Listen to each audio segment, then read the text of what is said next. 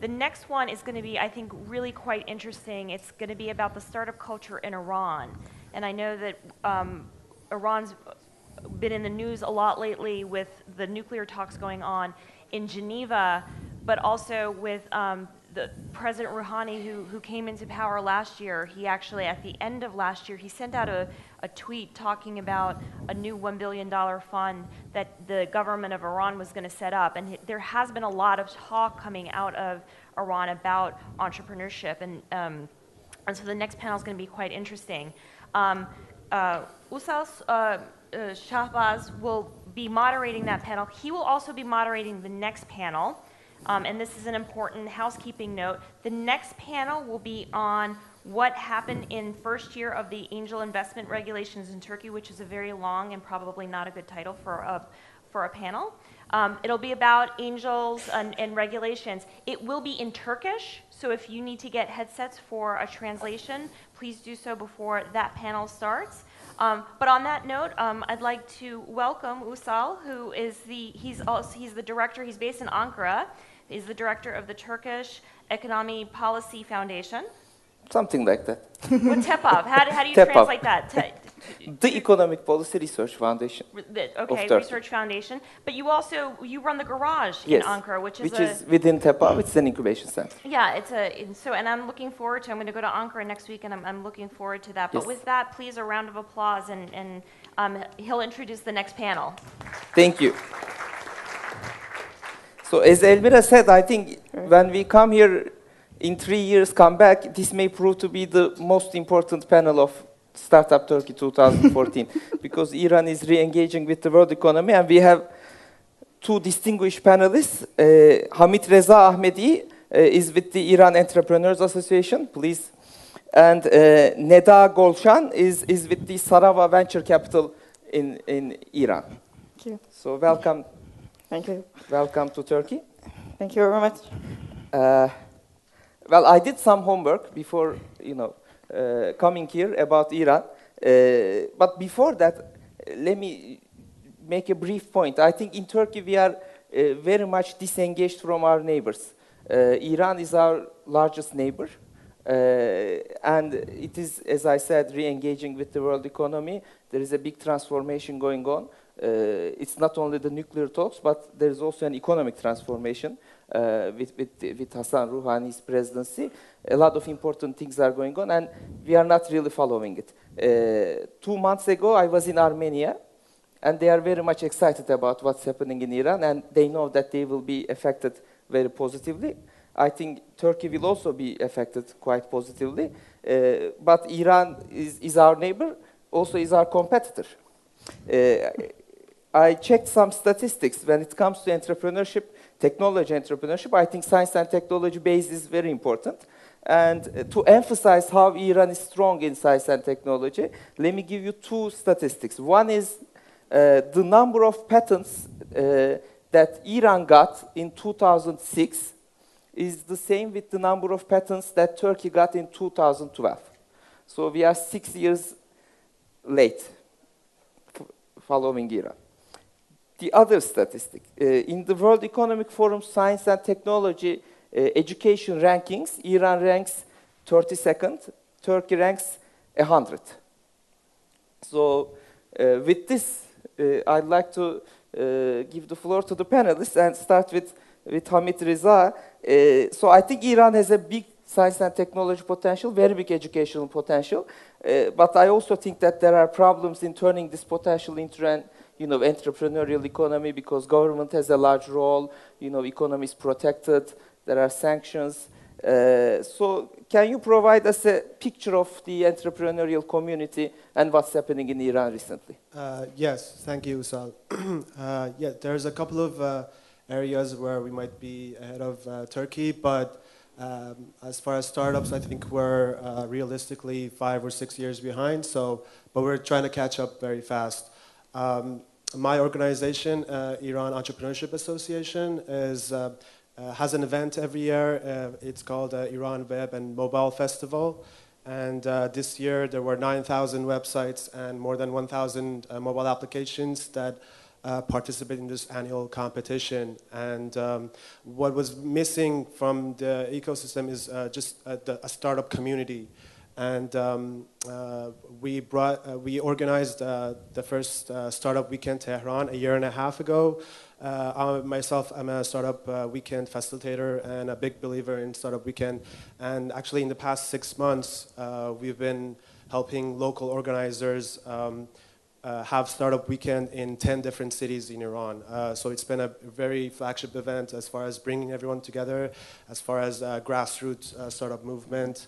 And there is a lot of things that need to be improved in Iran, but we also think that entrepreneurship is a very important vehicle for change as well. So there might be a lot of things that need to change, but we want to build something and use entrepreneurship and startups to change the environment. What is the largest obstacle of Iranian entrepreneurs? Is it bureaucracy? Is it financing? Is it the lack of talent? What is the most important obstacle? Well, if you ask startups, if you ask entrepreneurs in Iran, they would say investment. That's everywhere. Yeah, but we believe that the first challenge is just people meeting each other, connecting, team building, finding co-founders, and the other part is learning how to transform software into a business. Mm-hmm. There's a lot of Iran has a very young and educated, as you mentioned, population, but the business know-how is a little bit lacking. Mm-hmm. Mm-hmm. Let me turn to Neda. Can you a bit talk about your venture capital firm, and also maybe you can provide some numbers about the Iranian market? Yes, sure. Actually, Servo Venture Capital is the first venture capital that had entered the Iranian market. So it's like around 2 years that Servo is there. And so far have done investments in internet-based and also mobile-based businesses so far. Looking at Iranian markets, it's quite somehow a little bit like so many people want to know what is happening under the covers. Just looking at Iranian population, we have 79 million people going there, and the peak is between the 20 to 35 years old people. So these are the target market, especially for the whole internet and like mobile-based businesses. And also looking at internet penetration and looking at the internet users in Middle East, Iran is holding like more than half of this market share within its internet users. And also the interesting thing is about the growth of smartphones. So it's a very huge market for especially mobile-based businesses who wants to enter Iranian markets.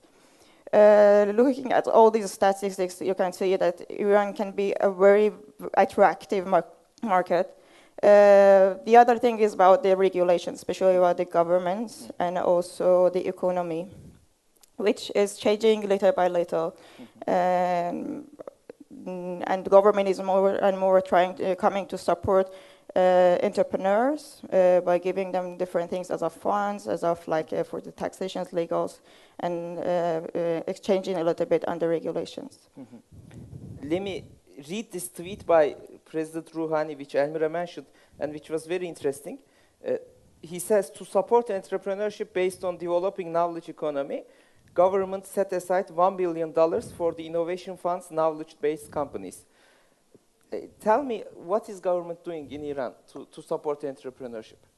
Well, the new government is trying to, they set up a fund for entrepreneurship and knowledge-based companies.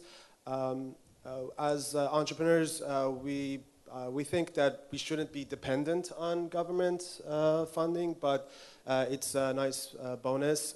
Also, what's happening is that ideas and knowledge-based companies are very important in Iran, but we like to emphasize that just ideas are not going to be good enough.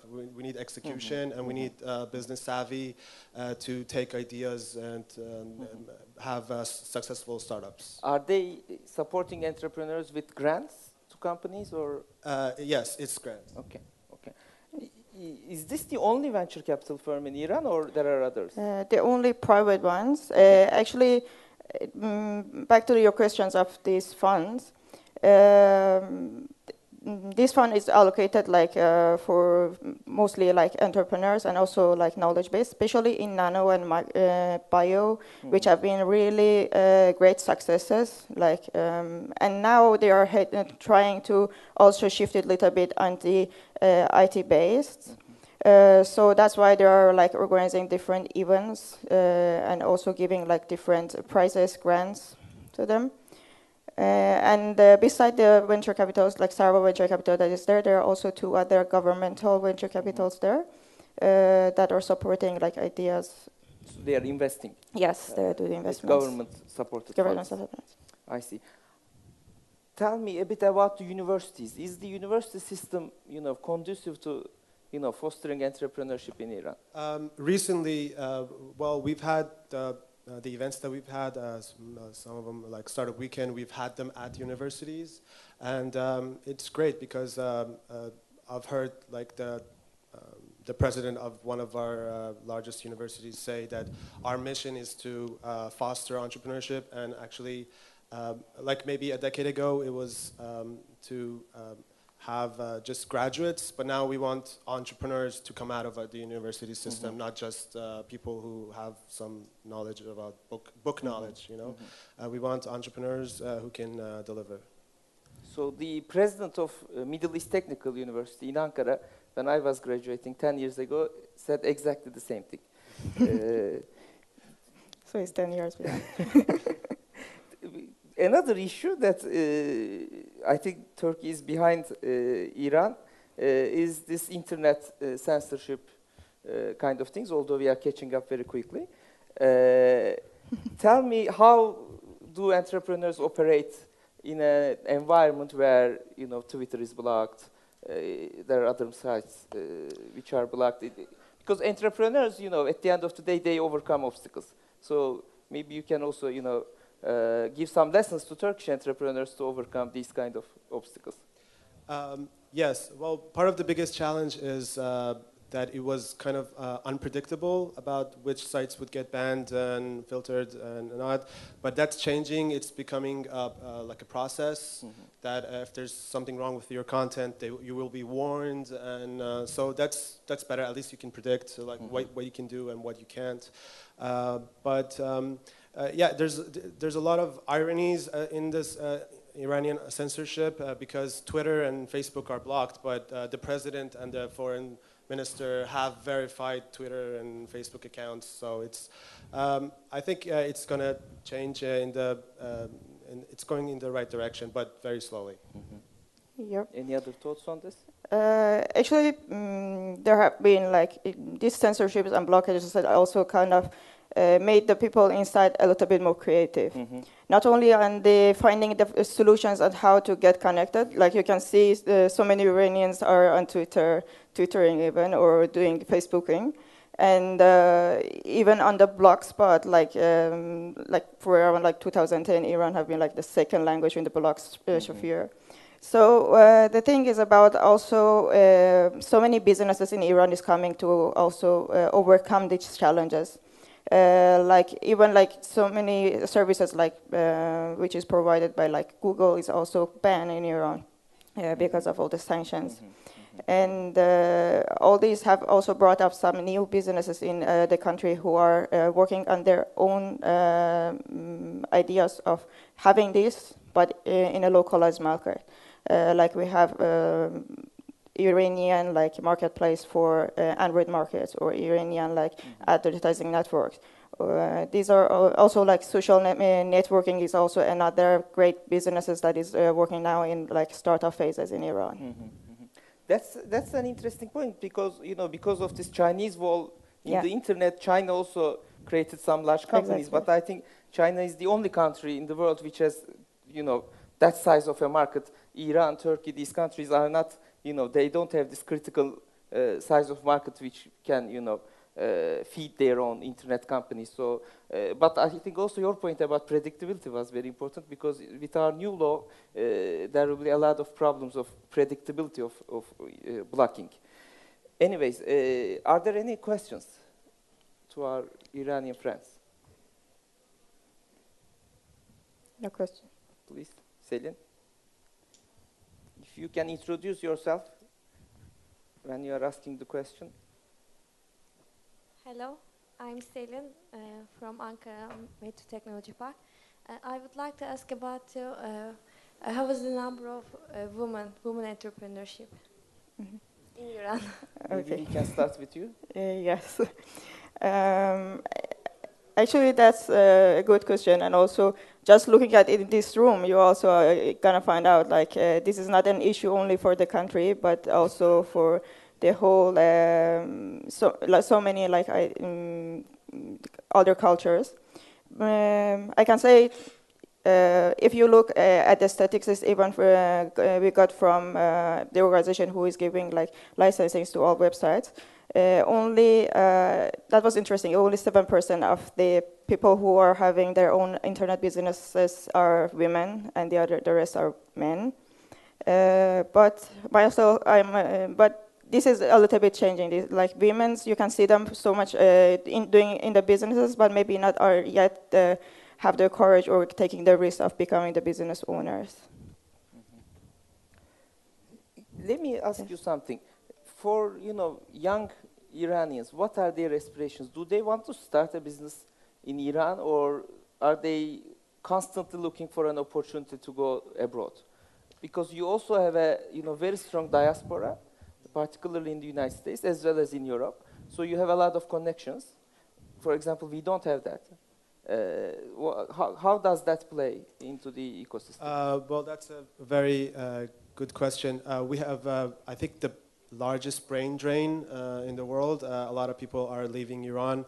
But when the politics change and things improve, that weakness will turn into a strength because we have a lot of Iranian expats that have a lot of experience. Some of them are the CEOs of successful startups in Silicon Valley, in Canada and London, and we've been in touch with them. We've been using their experience. We've invited some of them back to talk at conferences, and I think in a few years they can help us really with as catch up really fast. Yeah. Any other thoughts on this? And is Turkey a good location to start a business for a young Iranian? Do people think about that? I don't have information about Turkey laws as far as, but I know a few people that because Iran is sanctioned, they moved to temporary residence in Istanbul to start their business. They also go to Dubai, I think. And Dubai. And Dubai. Okay. Yeah. But I just wanted to point out that we are, my organization is an NGO, and we're trying to build a startup ecosystem in Iran. And we would like to hear and learn from other entrepreneurs in other places close by in Europe and Japan and Middle East. And we would like to learn from their experience in how they started the startup ecosystem in their city and country. And we want to exchange ideas a lot. Well, the next panel will be on Turkish ecosystem and its problems. So you can watch that. Any other questions? Please, gentleman over there. Microphone, please.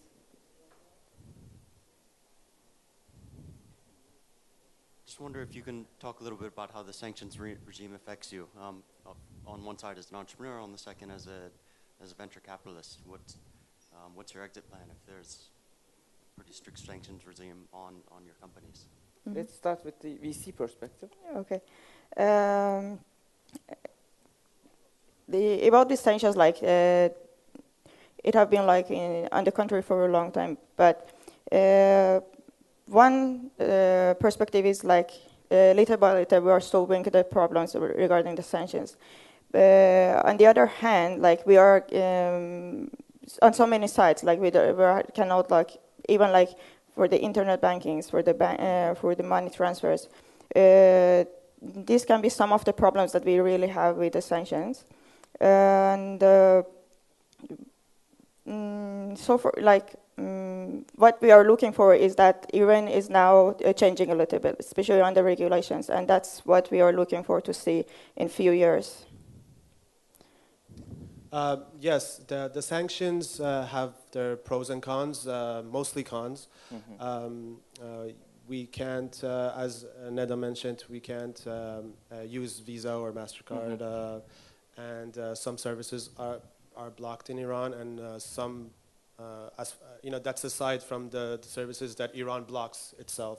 But one of the silver lining, I guess, maybe one of the pros a little bit is that entrepreneurs can start a startup that's a replace, like a clone of a service that's blocked, and they have a roadmap of where to go. For example, I am also starting a Eventbrite clone. Because we have a lot of events, and Eventbrite is blocked because of the credit cards, and it's filtered out of both. It's a double sanction. So I'm working on a startup, myevent.ir, and that's so there's opportunities. The sanctions create opportunities, but as a whole, it's not good. One last question. I have a question. I think these, incubation centers, accelerators, they have a critical role in an ecosystem because they train and nurture entrepreneurs. So how is that scene evolving in Iran? We have a lot of incubation centers, but as Neda mentioned, they're mostly focused on nanotechnology and high-tech, biotech. But there's definitely a place for, there needs to be an accelerator, like a startup tech accelerator in Iran, and hopefully we'll have one in this coming year. We are trying to learn from other people who have started accelerators in other cities to have a program in Iran. Yes, and the other thing is that this ecosystem is shaping. We are just starting to work on it. And also from Sarawak, we also have plans to also have an incubations for the startups. And other than that, being a venture capitalist, also to provide incubation services for startups. So if we don't have questions, I'd like to close this session, but what we have seen is that there are so many cooperation opportunities with Iran, not only between entrepreneurs, but also between ecosystem actors like accelerators, incubation centers, universities, and investors, of course. Yeah. There is a big market which is breaking out, so we should all follow Iran. Yes. Thank you very much. Thank you very much.